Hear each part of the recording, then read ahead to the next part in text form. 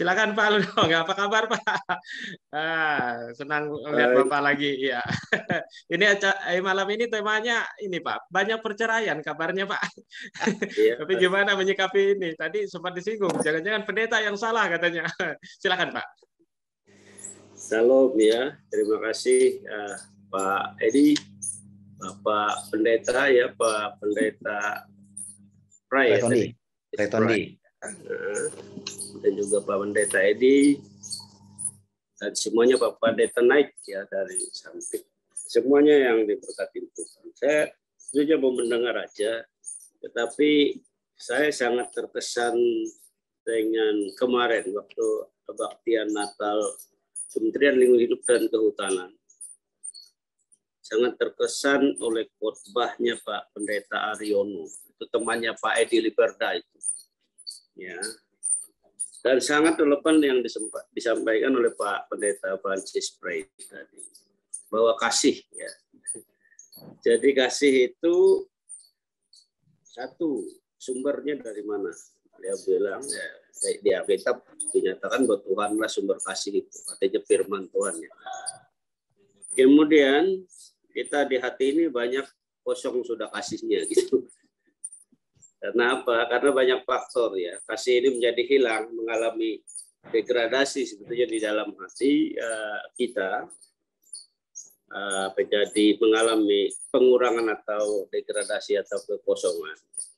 Ya karena tadi satu faktor pertama sudah kita tidak mengandalkan Tuhan, gitu ya.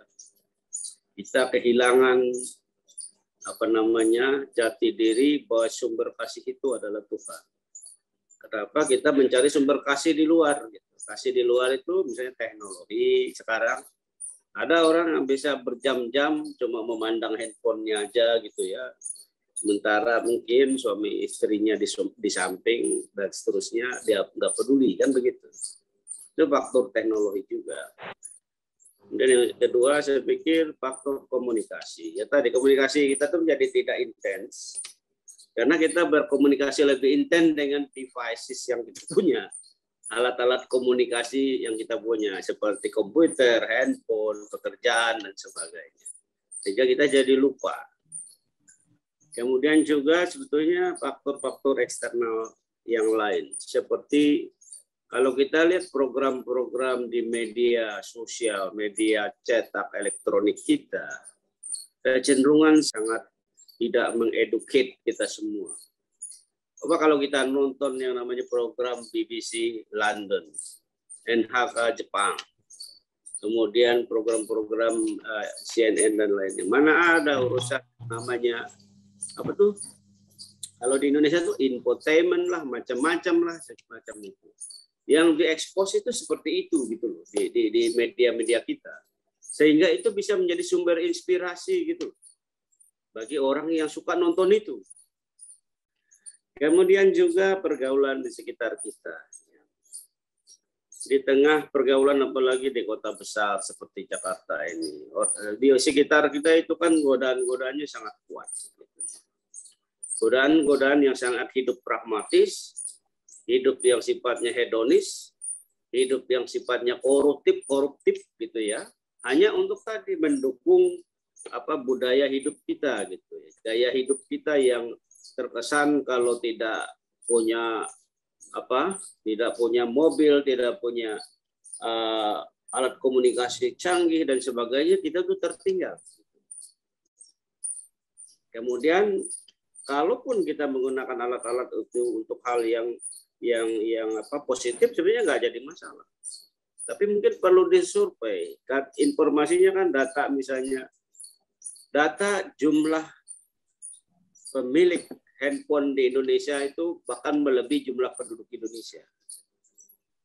Artinya mungkin, karena mungkin satu orang bisa punya 3, 5, bahkan 10 biasanya kan gitu ya. Jadi wajar data itu. Nah, kalau itu digunakan secara positif mungkin baik. Tetapi kalau gunanya tadi untuk menggosip, untuk mencari menyebar hoax dan sebagainya, menjadi sangat kontraproduktif bagi kehidupan kita. Nah, faktor yang berikutnya mungkin autokritik juga menurut saya untuk kita sebagai orang Kristiani. Jadi kadang kita kadang-kadang kita itu ya tadi sebagian mungkin ya memberikan apa namanya contoh sikap-sikap hidup yang tadi hedonis, konsumtif, sifat-sifat hidup yang mengandalkan apa duniawi dan harta yang berlebihan misalnya. Itu juga menjadi autokritik kepada kita. Maka tadi saya pikir ya peran gereja juga harus kuat. Peran gereja itu bagaimana mendidik kita untuk tidak bersikap konsumeristik, tidak bersikap hedonis, tidak koruptif, tidak macam-macam. Itu perlu juga disampaikan secara terus-menerus gitu ya. Nah, itu tadi faktor semua ya. Saya bilang bisa eksternal, bisa internal, bisa di dalam. Nah, akibatnya kasih itu menjadi kosong. Ya. Kata Pak Pendeta Ariano,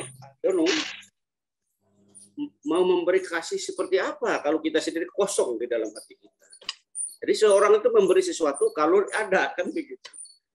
Nah, kalau kasih itu tidak ada, terus kita mau ngasihin orang, nggak mungkin.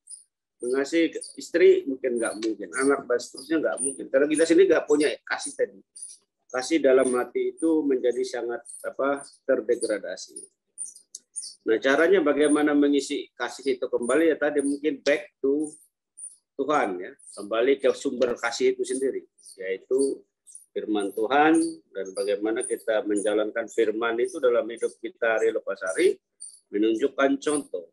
Saya bilang selalu bahwa yang tidak punya musuh itu hanya kasih. Dan siapa yang mau mengajarkan kasih itu hanya Tuhan Yesus Kristus.